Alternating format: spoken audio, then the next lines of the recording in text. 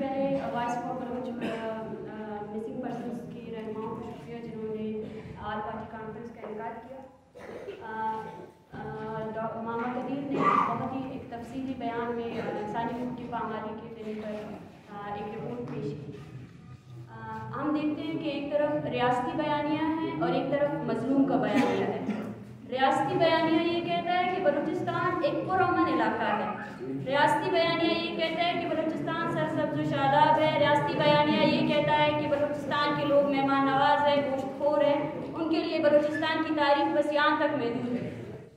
रियासती बयानिया ये कहता है कि पाकिस्तानी फौज और बलोच अवाम भाईचारा एक दूसरे के साथ शाना बशाना खड़े हैं। रियासती बयानिया ये कहता है कि पाकिस्तानी फौज ने बलूचिस्तान को तरक्की दी है। रियासती बयानिया ये कहता है कि पाकिस्तानी फौज की वजह से ही बलोच जो है जिंदा है और अभी तक इस रूए ज़मीन पर सांस ले रहे हैं। और एक तरफ मजलूम का बयानिया है, वो बयानिया है जिसे कोई जुटला नहीं सकता।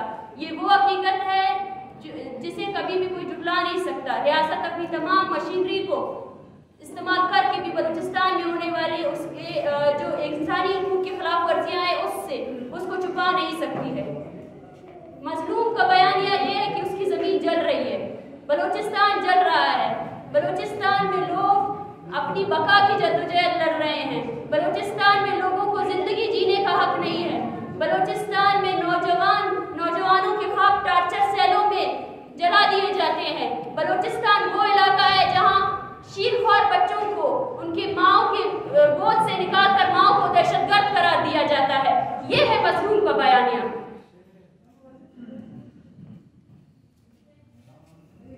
कहते हैं कि बलूचिस्तान एक जमहूरी रियासत है, लेकिन हम ये मानते हैं और यहाँ जो लोग यहाँ सांस ले रहे हैं, जो मौजूद है, उनको ये पता है कि बलूचिस्तान या पाकिस्तान एक जमहूरी रियासत नहीं बल्कि एक फौजी रियासत है। बलूचिस्तान को पाकिस्तान की फौज चला रही है। बलूचिस्तान के आला अदारे को पाकिस्तान की फौज चला रही है।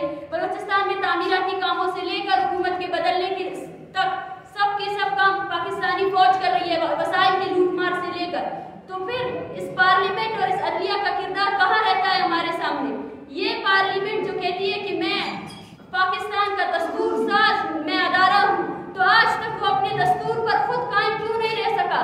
आज तक लापता अफराद और लोगों की मारवाई अदालत कत्ल पर आज तक उसके दस्तूर में क्यों वो दस्तूर उसको अमल करवाने पे नाकाम रहा है?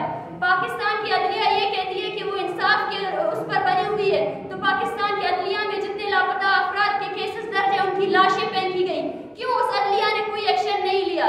पाकिस्तान की वो अदलिया जो कमीशन पे कमीशन बनाकर उसके सरबराह बनते हैं और उन्हीं लिस्ट में से जब लोगों को मसबशुदा लाशें फेंकी जाती है तो वही अदलिया खामोश क्यों हो जाती है? ये है पाकिस्तान और उसके अदारे। हाज़रीन,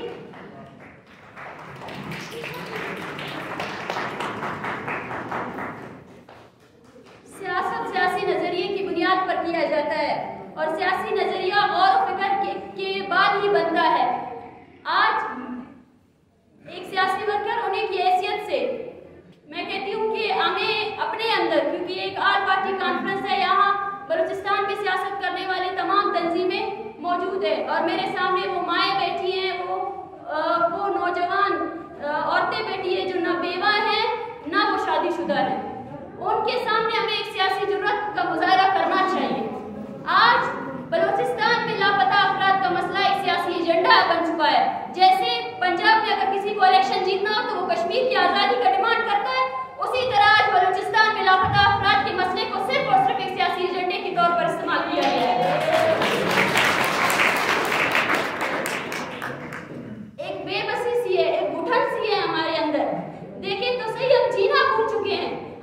ये हमारे लिए एक मामूल बन चुका है। यहाँ लोगों का लापता होना हमें हमारे इससे खत्म हो चुकी है। लोगों की लाशें देख कर हम बेइज्जत हो चुके हैं। हम ऐसे बन चुके हैं कि हम बस अपनी बारी का इंतजार कर रहे हैं और अब हमारे लिए ये अलमिया है कि हम अब ये सोचते हैं कि शायद मेरी मौत जो है ना आसान मौत हो जाए। अब बलूचिस्तान का हर नौजवान, उसकी औसत उम्र जो है ना, एवरेज एज, अगर वो जिंदा रहेगा तो वो 20 साल, अगर वो 20 साल के बाद एक दिन भी जिंदगी करेगा तो बलूचिस्तान में सबसे ज्यादा खुशनसीब बंदा वही होगा।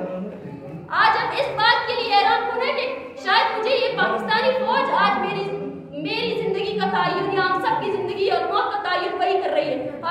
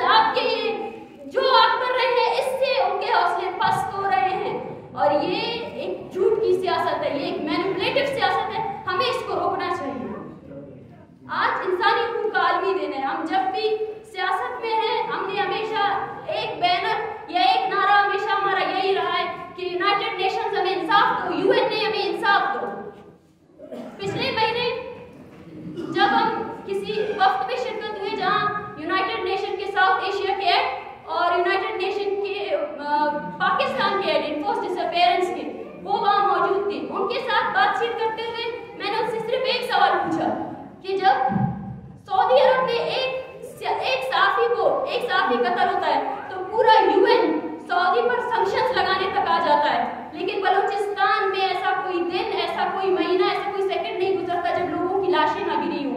तो वहाँ यूएन क्यों खामोश रहती है?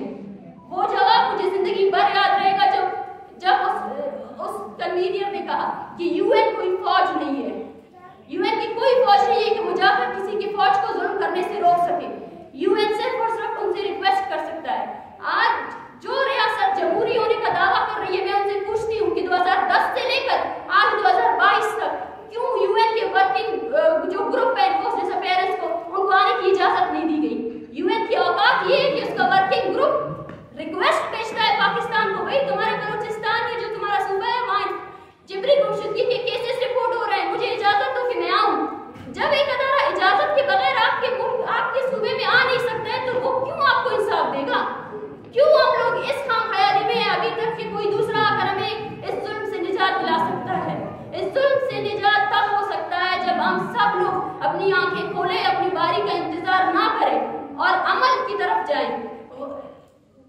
मैं इस पर कोई लंबी चौड़ी तकरीर नहीं करूंगी, किसी को भी ये कहने की कोई जरूरत नहीं है कि बलूचिस्तान को कौन मान रहा है और बलूचिस्तान में इंसानी हुकूक की पामालियां किस हद तक है। जिस फर्द ने भी यहाँ पे अपनी आंखें खोली है वो खुद गवाह है, वो खुद सबूत है बलूचिस्तान में बलोचों पर होने वाली नस्लकुशी का, और हम जानते हैं हमारा कातिल कौन है।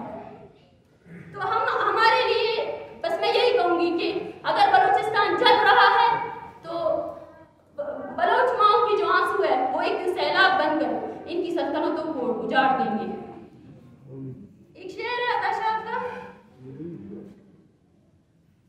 अरवाह चियांटा सराजुर तक जहां कर्रित तई गोशो मनी गुंगित जुबान तो चो बदल जुर्ते जमीने मिन्नता बेबावरे मंचो जमीने जम बहानी कैरे नियता पैदावारा तोपा सगारम कब तगे कोटो कलाता गले मम पपती मीरास माते गुल जमीना तलवस। और